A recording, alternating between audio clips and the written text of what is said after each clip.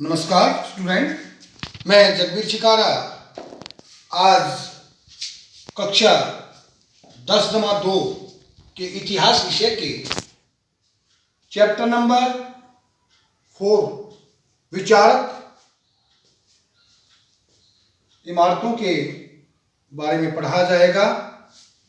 इसमें आज हम सबसे पहले इतिहास विषय की परिभाषा देंगे। इतिहास क्या होता है, पढ़ने से पहले इसकी जानकारी लेना बहुत जरूरी है। इतिहास समय की वो धारा है जो एक नदी की तरह हमेशा प्रवाहित होती रहती है, जो कभी नहीं रुकती, और घटने वाली जो घटनाएं होती हैं वर्तमान में, वो भविष्य में इतिहास बनती चली जाती है। आपने कल बौद्ध धर्म की शिक्षाओं के बारे में, उनकी जीवन गाथाओं के बारे में, उसके अलग अलग स्वरूपों के बारे में पढ़ा। आज हम बौद्ध स्तूप क्या होते हैं उनके बारे में पढ़ेंगे। स्तूप का मतलब क्या है, स्तूप क्या होते हैं। स्तूप का जो मुख्य मतलब होता है वो मुख्य रूप से एक मृतकों का टीला कह लीजिए या मिट्टी का ढेर कह लीजिए। इसका मुख्य अर्थ होता है मृतकों का टीला या मिट्टी का ढेर। शाब्दिक अर्थ वस्तु का विकास। सही रूप में सही मायने में लें तो स्तूप का शाब्दिक अर्थ है किसी वस्तु का ढेर। स्तूप का विकास ही संभवत है मिट्टी के ऐसे चबूतरे से हुआ है जिसका निर्माण मृतक की चिता के ऊपर अथवा मृतक की चुनी हुई अस्थियों के रखने के लिए किया जाता है। गौतम बुद्ध के जीवन की प्रमुख घटनाओं, उनके जन्म स्थान, उनकी धर्म चक्र, उनके परिवर्तन, निर्वाण की प्राप्ति, सारा सारांश उसमें घटित होता है। और ये गौतम बुद्ध से संबंधित सभी जो चीजें होती हैं, अवशेष होते हैं, वो इन स्तूपों में रखे होते हैं। और जो हमारा मुख्य विषय है सांची का स्तूप, ये सांची का स्तूप जो है इसके विषय में पढ़ेंगे। उसमें अमरावती के स्तूप के बारे में पढ़ेंगे। अनेक जो इतिहासकार हैं, अधिकारी हैं, पदाधिकारी हैं, उन्होंने अपने मत प्रस्तुत इसके बारे में किए हैं। एक सबसे पहले हम सांची के स्तूप के विषय में पढ़ेंगे। सांची का स्तूप क्या है।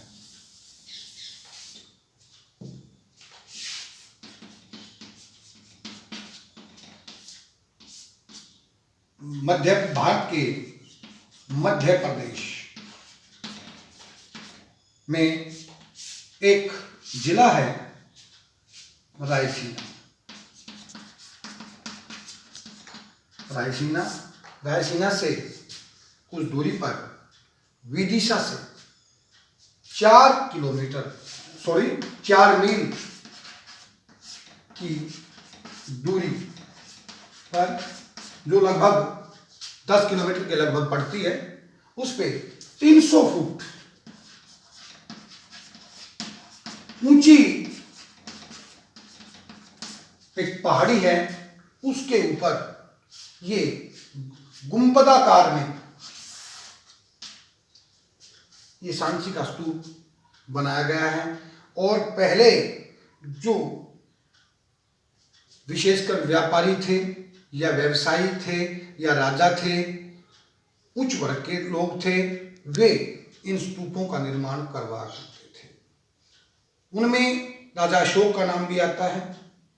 उनमें सोमवंश के पुष्यमित्र का भी नाम आता है। किसी अपने आर्थिक व्यवस्था के अनुसार इन स्तूपों का निर्माण करवाया जाता था। अब हम इसके बारे में और ज़्यादा विषय से पढ़ेंगे। अब हम पढ़ेंगे स्तूप की संरचना क्या थी।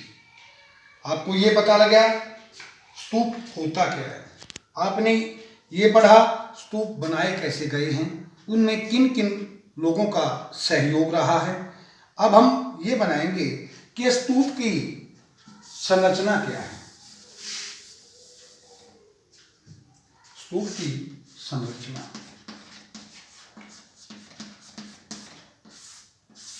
अब स्तूप की संरचना के बारे में पढ़ेंगे।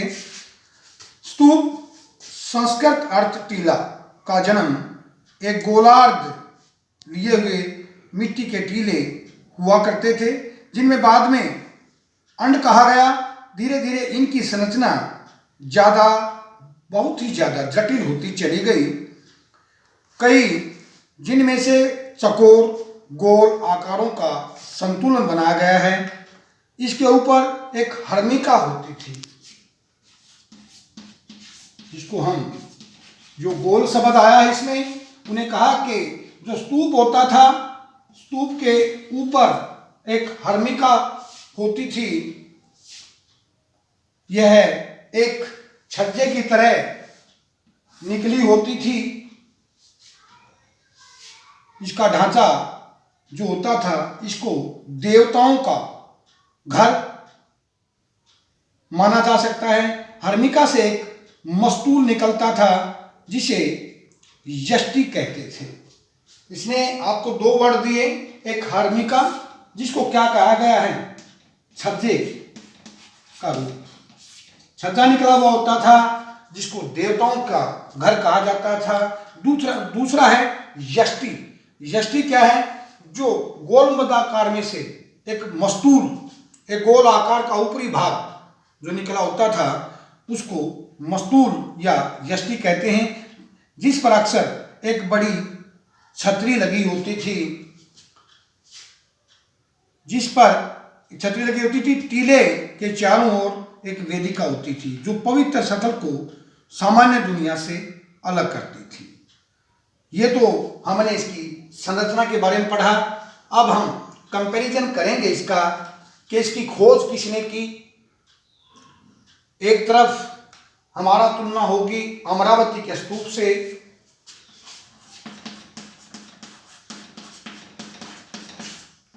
अमरावती की का स्तूप है उसकी खोज के बारे में, और दूसरी तरफ हम जो हमारा सांची का स्तूप है उसके विषय में हम थोड़ी जानकारी हासिल करेंगे जो हमारे बहुत ही काम आएगी। अमरावती और सांची की स्तूपों की जो नियति है, जैसा कि हम हर स्तूप का अपना इतिहास है उसके विषय में पढ़ेंगे, और इसकी खोज जो थी अमरावती के स्तूप की, वो 1796 में हुई, मीन्स 1796 में हुई। अचानक अमरावती के स्तूप के खुदाई हुई। एक राजा चाहता था वहाँ पर कुछ चीज़ों का निर्माण करना, लेकिन खुदाई में कुछ अवशेष मिले। उस राजा ने इसके अमरावती के स्तूप के पत्थरों का इस्तेमाल करने का निश्चय किया। उन्हें ऐसा लगा कि छोटी सी पहाड़ी में संभवतः कोई खजाना छुपा हुआ हो। कुछ वर्षों के बाद मिस्टर कॉलिन मैकेंजी, एक इतिहासकार हैं, अंग्रेज अधिकारी भी हैं उस समय के, इस इलाके से गुजरे और उन्होंने कई मूर्तियां पाई। उनका विस्तृत चित्रांकन भी किया गया, लेकिन उसकी रिपोर्टों को कभी छापा नहीं गया, अर्थात उन रिपोर्टों की तरफ कोई सरकार ने विशेष ध्यान नहीं दिया। 1854 में गुंटूर, जो भारत देश के आंध्र प्रदेश राज्य में स्थापित है, उसके कमिश्नर अमरावती की यात्रा की कमिश्नर ने, और उन्होंने कई मूर्तियां और वहां पर उत्कीर्ण पत्थर जो थे वो जमा किए और उन्हें वे मद्रास ले गए। उसके बाद उन्होंने पश्चिमी तोरणद्वार को भी खोज निकाला। इस निष्कर्ष पर पहुंचे कि अमरावती का स्तूप बौद्ध का सबसे विशाल शानदार स्तूप था। 1850 के दशक में अमरावती के उत्कीर्ण पत्थर अलग अलग जगहों पर ले जाए गए।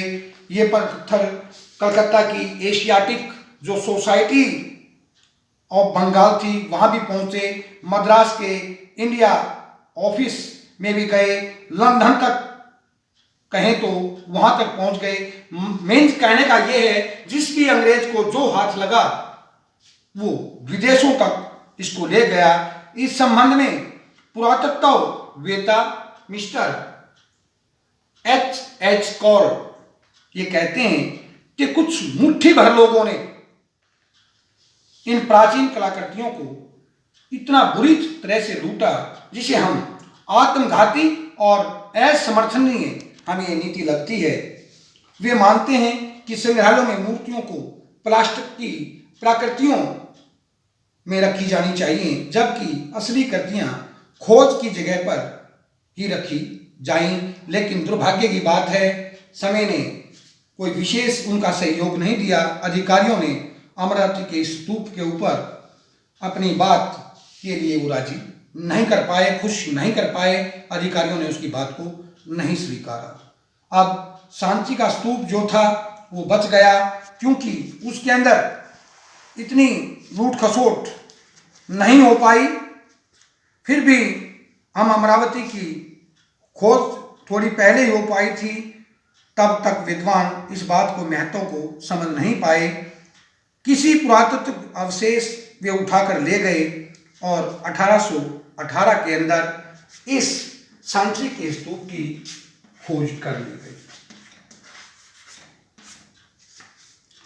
धीरे धीरे समय बीतता चला गया। उसके 3 तोरण द्वार खड़े थे, जबकि एक भाग जो था उसका चौथा वो जमीन पर गिरा हुआ था। समय बीतता चला गया और समय बीतने के साथ साथ ये समय एक ब्रिटिश अधिकारी मिस्टर जिसका नाम जनरल टेलर था, कुछ पुस्तकों में इसको टायलर के नाम से भी जाना गया है, उन्होंने इसका सांची के स्तूप का 1818 में अपना अस्तित्व दर्ज कराया।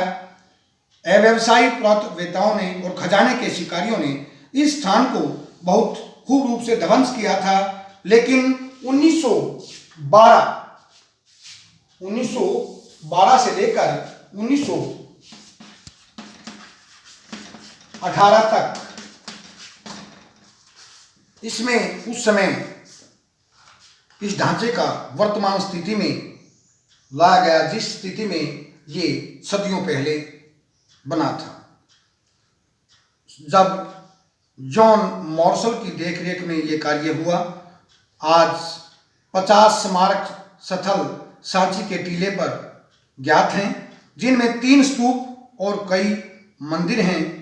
और ये स्मारक 1989 के अंदर 1989 में यूनेस्को जो हमारी राष्ट्र संघ की एक संस्था है उसने इसे विश्व धरोहर स्थल घोषित कर दिया। आज हमने स्तूप के बारे में पढ़ा, स्तूप की संरचना के बारे में पढ़ा, स्तूप कैसे बनाए जाते थे, किन किन का राजाओं का इसमें सहयोग रहा, और साथ के साथ हमने इससे सांची के स्तूप और अमरावती के स्तूप के बारे में पढ़ा, कब इनकी खोज हुई, कहाँ पर ये स्थित हैं, किस किसने इसके बारे में अपने जो विचार थे वो रखे, सभी का आज हमने इस 10 या 15 मिनट की क्लास के अंदर हमने अपने विचार व्यक्त किए हैं। कल इससे आगे आपको पढ़ाया जाएगा। धन्यवाद, नमस्कार।